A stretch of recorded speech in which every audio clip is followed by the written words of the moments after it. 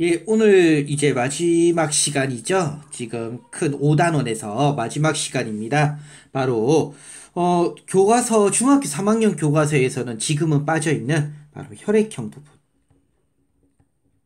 그리고, 조금은 어색할 수도 있지만요. 성염색체의 유전에 관련된 부분으로 들어가려고 합니다.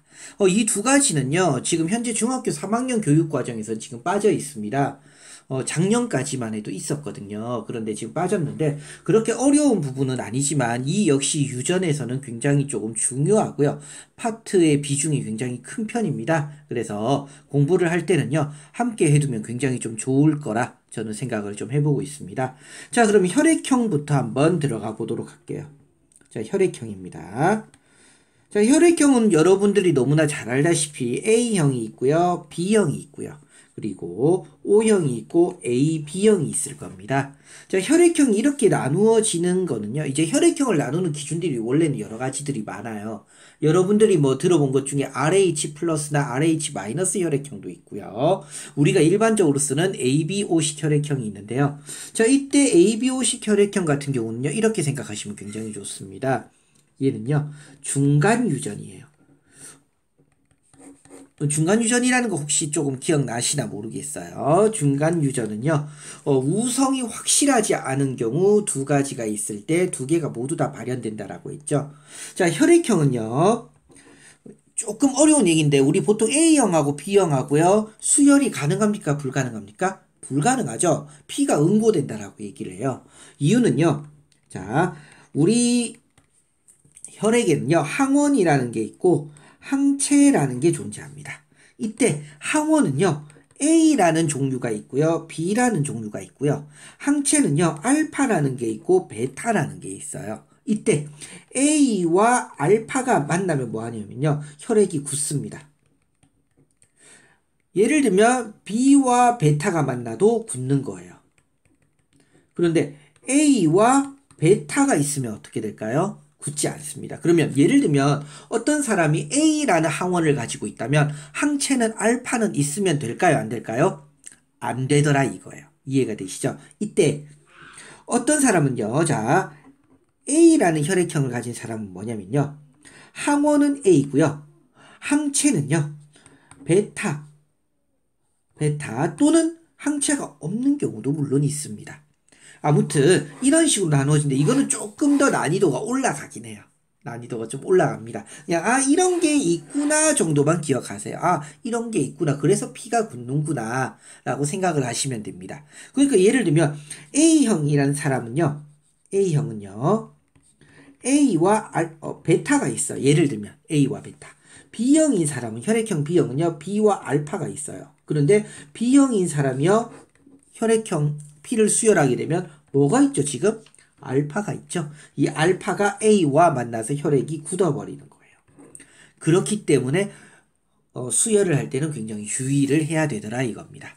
자, 그런데 우리가 지금 하는 건 유전이에요, 유전. 자, 이때 내가 예를 들어서 혈액형을 봤는데 혈액형도 역시나 우리 상동염색체에 있으니까 쌍이겠죠? 쌍인데요. 내가 A라는 거를 어머니한테 받았어요. 예를 들면. 근데 아버지한테도 예를 들면 A를 받았어요. 그러면 나는 혈액형이 유전자형으로는 어떻게 됩니까? 유전자형은 AA고요. 표현형은 어떻게 돼요? 표현형은 A형이 되는 거예요. 그럼 예를 들면 내가 A랑 조금 드문데요. O를 드문 건 아니죠. O를 받았어요. O라는 거는 뭐냐면요. 자, O형이 뭔지 가르쳐 드릴게요. O형은요. 항원이요. A랑, A랑 B가 모두 없는 거예요. 둘 다 없어요. 이 사람은요. 항원 자체가요. 모두 없습니다. 그러니까 뭐가 되냐면요. A도 없고 B도 없다고 해서 O형이라고 하는 거예요. 그럼 AB형은 뭘까요? AB형은 A도 있고 B도 있는 사람이에요. 이해가 되시나요? 둘 다 있는 사람이고요. O형은 둘 다 없는 사람이에요. 그래서 하나도 없어요, 이 사람은. 항원이요. 그럼 어떻게 될까요? 유전자형은 AO형이 됩니다. 그런데 표현형은요, A형이 되는 거예요. 즉 A형의 사람은요 유전자형이 AA도 있을 수 있고요 AO가 있을 수도 있더라 이겁니다. 그럼 B형도 어떨까요? B형 역시 BB가 있을 수 있고요 BO가 있을 수 있어요. 그럼 O형은요? O형은 오로지 뭐밖에 없냐면요 OO예요. 이해가 되시죠? 어머니도 항원이 하나도 없어야 되고요 아버지도 항원이 하나도 없는 거예요. 그러면 AB형은요 AB겠죠? 한쪽에서는 A를 받고 한쪽에서는 B를 받는 겁니다. 이해가 되시나요? 자, 그러면 예를 들어 볼게요. 아버지가 A형이에요. 어머니가 B형이에요. 근데 자식들이 나왔는데 나예요. 내가 뭐가 나왔냐면 O형이 나왔어요. 자, 그러면 내가 O형이란 얘기는 유전자형은 뭘까요? OO가 되겠죠? 그럼 아버지의 유전자형은 뭐가 될까요? 나한테서 O를 하나 줘야 돼요. 그럼 아버지의 유전자형은 AO가 됩니다. 어머니도 O를 줘야 돼요. 그러니까 어머니의 유전자형도 BO가 돼요. 그러면 나 말고 다른 형제들에게 나올 수 있는 혈액형은 뭘까요? A랑 B가 만나서 나오는 AB형이 나올 수도 있고요. A와 O가 만나는 A형도 나올 수 있고요. O와 B가 만나는 B형. 모든 혈액형이 다 나오더라 이거예요. 이해가 되시죠? 그럼 우리 집의 혈액형이 어떻게 되느냐를 알 수 있는 거예요. 예를 들어 볼까요? 아버지가 이번에는요. AB형입니다. 아버지가 AB형이에요. 어머니는요. O형이에요. 그러면 자식들은 어떻게 나올 수 있을까요? 어머니가 O형이라는 얘기는 유전자형은 OO밖에 없습니다. 그러면 조합은요. AO랑 뭐밖에 없어요? BO. 즉 A형이 나올 수 있고요. B형이 나올 수 있어요. 그런데 아버지의 혈액형인 AB가 나오는 일도 없고요. 어머니의 혈액형인 O형이 나오는 일도 없더라 이거예요. 그래서 나는 누구를 닮은 거지? 혈액형이 아빠도 안 닮았고 엄마도 안 닮았고 아니에요. 물려받은 겁니다. 이런 식으로 이루어지는 것이 무엇이냐면요. 혈액형입니다. 그러니까 우리가 혈액형을 보고요. 가계도를 알 수 있는데요. 즉 이때 AB형이 나오는 것처럼 지금 여기 AB가 나오는 것처럼요. A도 완벽한 우성이 아니고요. B도 완벽한 우성이 아니기 때문에 중간 유전의 형태로 나타나는 것이 역시나 무엇이 됩니까? 지금처럼 혈액형의 ABO식 혈액형이라고 이야기를 하게 됩니다. 자, 그럼 혈액형 이야기는 여기까지만 좀 하고요. 어차피 우리 중학교 3학년 내용에선 지금 빠져 있다고 했죠. 그 다음으로 우리가 이제 봐야 될 건 뭐냐면요. 성염색체의 유전입니다. 자, 사람의 유전자는요. 23쌍이라고 이야기를 했는데요. 사람의 23쌍 중에 22쌍은요. 상염색체라고 합니다. 자, 상염색체는 뭐냐면요. 남녀 모두 가지고 있는 거예요.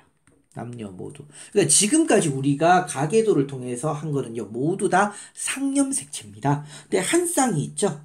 나머지 한 쌍. 이게 뭐냐면 성염색체예요. 이때 성염색체는요. X와 Y가 존재합니다. X와 Y. 쌍이라고 했으니까 이때 X가 되면 우리가 너무나 잘 아는 여자이고요. XY가 되면 남자가 되는 거예요. 즉 남자와 여자를 구별하는 염색체를 성염색체라고 하는데요. 이때 성염색체 예를 들면 유전 물질이 있게 되면 어떤 일이 생기냐 이거예요. 성염색체. 자, 예를 들어 볼게요. 제일 대표적으로요. Y염색체에 유전이 되는 게 있어요. 여기에 들어있는 유전인자. 그 중에 제일 대표적인 게 뭐냐면 혈우병입니다. 자, 그럼 혈우병이 무엇이냐면요. 혈우병은요. 피가 잘 안 굳는 병이에요. 이건 뭐 혈소판이나 이런 것들이 부족하다 보니까 상처가 나면요. 피가 잘 굳지 않습니다. 굉장히 위험하겠죠. 이런 병을 혈우병이라고 이야기를 합니다. 혈우병. 죄송합니다. Y가 아니고 X입니다. 제가 순간 실수했어요. 죄송합니다. X 염색체에 있는 게 혈우병입니다. 혈우병인데요. 이때 혈우병을 가지고 있는 혈우병 유전자가 있는 것을 X하고 프라임 이렇게 쓸게요. X바. 여기 혈우병이 있는 거예요. 그리고 X가 있으면 이거는 뭐냐면 정상이에요. 쉽게 얘기하면. 그러면 예를 들면 XX로 되어 있는 거는 뭘까요? 여자인데 뭐란 얘기일까요? 정상입니다. 이해가 되시죠? 자, 그러면 X하고 Y는요, 남자인데 정상이에요. 여기까지도 이해가 되시죠? 자, 그러면 X 프라임, X 프라임이 있으면요, 여자지만 여기는 뭘가 될까요? 혈우병입니다. 그런데 실제로 존재하지 않아요. 존재하지 않는 이유는 조금 이따가 이야기할게요. 자, 그리고 X 프라임 Y는요, 남자인데요. X에 지금 뭐가 있는 거예요? 혈우병이 있는 거죠. 근데 어차피 남자는 X는 한 개밖에 안 가지고 있는데 그게 있으니까 남자는 이제 뭐가 되냐면 혈우병이 됩니다. 혈우병. 그럼 여자 중에서 이렇게 있는 여자는요, 하나만 있어요. 이런 여자는요, 혈우병은 아니에요. 근데 이 사람들을 뭐라고 하냐면요, 보인자라고 이야기합니다. 이 사람은 뭐냐면요, 혈우병 유전자는 가지고 있지만 표현형으로는 혈우병이 아닌 거예요. 이 사람은요. 혈우병은 아니에요. 다음에 혈우병 유전자는 가지고 있어요. 혈우병 유전자는요. 자, 예를 들어 볼게요. 아버지는 정상이에요. 아버지는 정상이에요. XY. 근데 어머니는요. 예를 들어 볼까요? 보인자예요. 어머니는 보인자예요. 그러면 나올 수 있는 자식들은 어떻게 될까요? X와 X 프라임이 만나면 이렇게 되겠죠. 이번에는 X하고 X 정상도 있어요. X 프라임 Y도 있죠. 그리고 뭐 있어요? XY도 있어요. 그럼 어떻게 되냐면요. 여기는 보인자예요. 얘는 정상이에요. 하지만 혈우병 유전자를 갖고 있어요. 어머니처럼요. 여자겠죠, 물론. 여기는요, 정상인 여자가 됩니다. 자, 이 남자애는 뭐가 될까요? 혈우병이 돼버리는 거예요. 남자지만 X 하나에만 있으니까. 그래서 혈우병이 됩니다. 여기는 어떻게 돼요? 정상인 남자죠. 자, 예를 들면 지금 이 상황을 잘 보고요. 하나 더 볼게요. 이번에는 아빠가 혈우병이에요. 아빠가 혈우병 유전자를 가지고 있어요. 엄마는 정상이에요. 엄마는 정상이에요. 그럼 어떻게 될까요? 모든 자식들은요. 해보면 알아요. 모두 정상이 나와요. 단 여자는 모두 다 뭘까요? 보인자예요. 여자는 모두 다 보인자입니다. 지금요. 남자는 어떻게 될까요? 모두 다 정상이에요. 그냥요. 모두 다 정상입니다. 그런데 자, 지우고 한번 제가 써볼게요. 그런데 이번엔요. 아빠는 정상입니다. 근데 엄마가요. 그럴 일은 없지만, 예, 그럴 일은 없어요. 이유는 제가 조금 이따 얘기해 줄게요. 엄마가 혈우병이에요. 그러면 어떻게 될까요? 무조건 남자애들은 일어나오는 거예요. 남자애들. 조합이 어떻게 되든 이해가 되죠? 여자는 무조건 보인자가 나와요. 근데 실제로는 일어나진 않습니다. 그러면 가만히 보세요. 어떤 조합을 해도요. 여자가 혈우병이 나오는 경우는 좀 드물죠. 누구만 나와요? 거의 남자만 나옵니다. 그래서 성염색체의 유전이 있으면요. 한쪽 성에 치중되어 가지고 유전이 이루어지는 경우가 많습니다. 유전이. 자, 그런데 왜 여자는 혈우병이 없나요? 여자가 혈우병 유전자를 가지고 태어날 수는 없나요? 정확히 얘기하면요. 여자가 혈우병 유전자를 가지고 있을 수는 있어요. 있다. 하지만 태아일 때 거의 사산됩니다. 아쉽게도요. 그럼 왜 태아일 때 사산이 되냐면요. 이게 남녀의 차이인데요. 여자 같은 경우는요. 남자들은 정자를 계속 만들어내지만요. 여자들은 난자를 갖다가 태아일 때 다 만들고 나온다고 그래요. 그러면서 태아일 때 무엇이냐면요. 약간의 출혈이 있다라고 얘기를 해요. 그런데 그렇게 약간의 출혈이 있다 보니까 어떤 일이 있냐면요.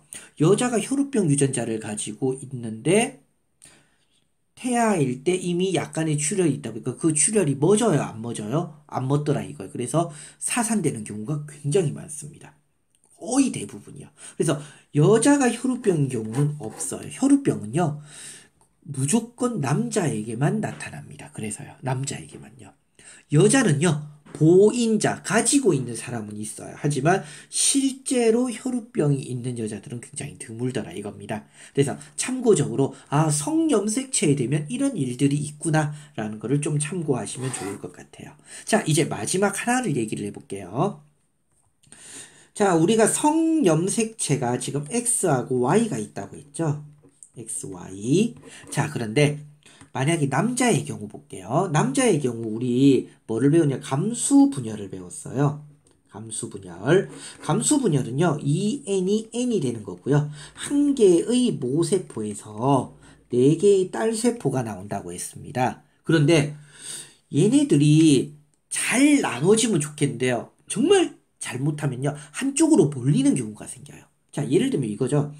얘가 복제가 됐어요. 복제가 되면 어떻게 되는 거예요? XX, YY. 이해가 되시죠? 이렇게 복제가 됐어요. 복제가 된 상태에서 제1 감수 분열이 되면 어떻게 된다고 했어요? 이가 염색체, 얘네들이 붙으면 이가 염색체가 얘네들이 나누어지니까 한 개는 XY, 맞죠? 또 한쪽에도 XY가 돼요.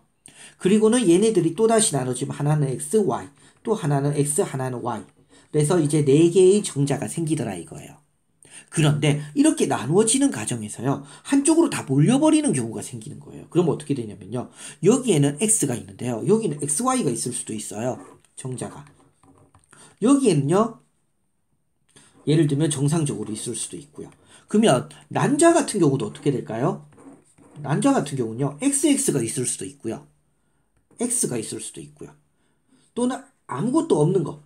없음. 한쪽으로 다 몰리면 없을 수도 있겠죠. 이런 식으로 생길 수도 있더라 이겁니다. 이해가 되시나요? 근데 수정이 만약에, 잘 보세요. 수정이요. 이렇게 수정이 됐다고 해볼까요?